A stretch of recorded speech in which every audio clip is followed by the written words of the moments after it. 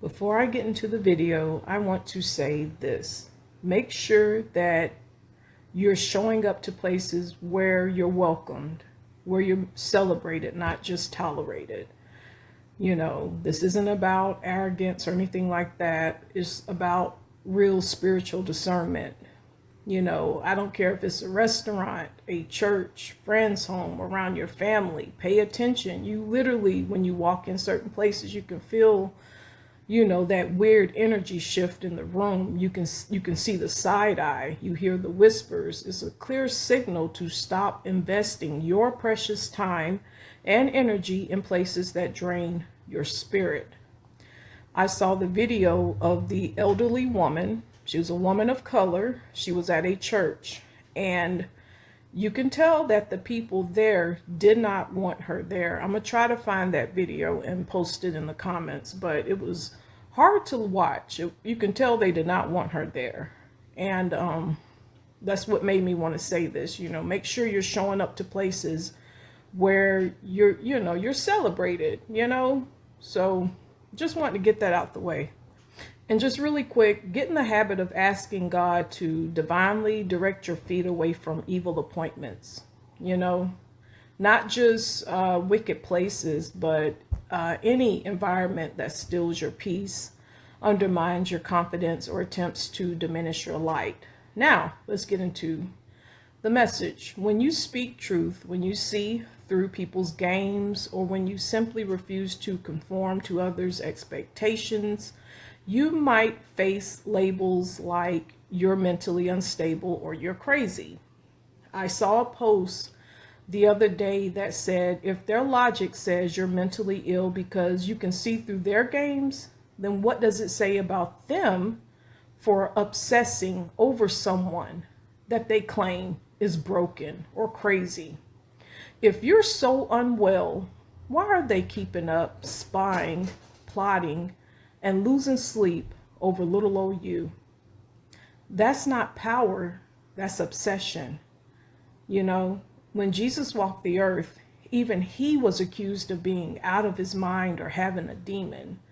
You know, the truth teller, the one who challenges the status quo or exposes hypocrisy, often becomes the target of, you know, baseless accusations.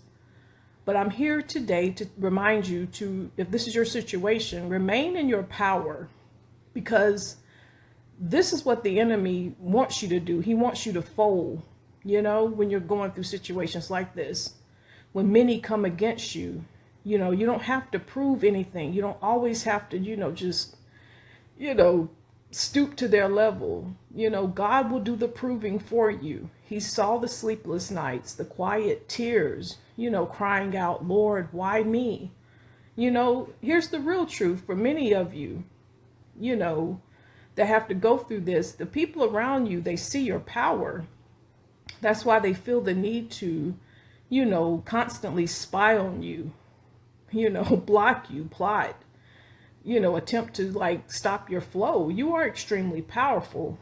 And the enemy, he doesn't obsess over what, you know, poses no threat. Think about this. Some of you in the workplace, y'all walk in there, you see the side eye, the whispers, you sense you're being, you know, watched, you know, just kept up with. This isn't because you're failing, it's because your work speaks for itself. You are impressive, and some people feel you might take their spot. So they have to set up traps. They got to watch you. They're looking, hoping to find anything to catch you up on. You know, they're threatened by your light. You know, some of you in these families, friend groups, you carry too much power, too much confidence. All of that, you know, that you gain from walking, you know, with the Lord. A lot of us gained a lot of that, you know, allowing God to transform us. You know, that strength running through your veins. A lot of people don't want to do the work. So instead of, you know, being celebrated for those beautiful changes, you will find yourself being hated on, talked about, and plotted against. You know, people will call you crazy, you know, because you're not the old you anymore.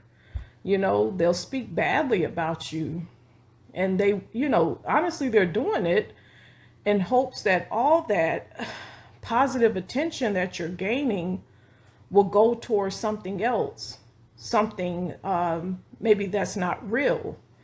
And you know, you're still in too much spotlight, and you might not even realize the impact of your authentic presence.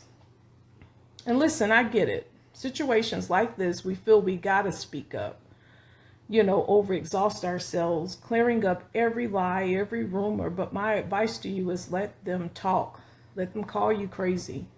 Let them watch. Because what often happens is the same people losing sleep over little old you, well, they'll eventually start to want to copy you, you know. They want that peace. They see your light. They see that peace, that joy, that good energy. So yeah, they're going to start. They won't do it in front of you, but behind the scenes, they're like, okay, I want what she got, what he or she got, you know. They allowed the enemy too much time playing in their minds, and they've forgotten what it felt like to truly be at peace, that real peace, you know, to walk with love, to show up real. The Lord will fight for you. You only need to be still. Your vindication will come, not by your own effort, but by divine hand.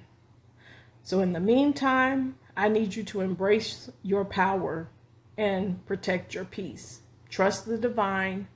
Your worth is not up for debate, and your light is meant to shine. So I hope this video was helpful.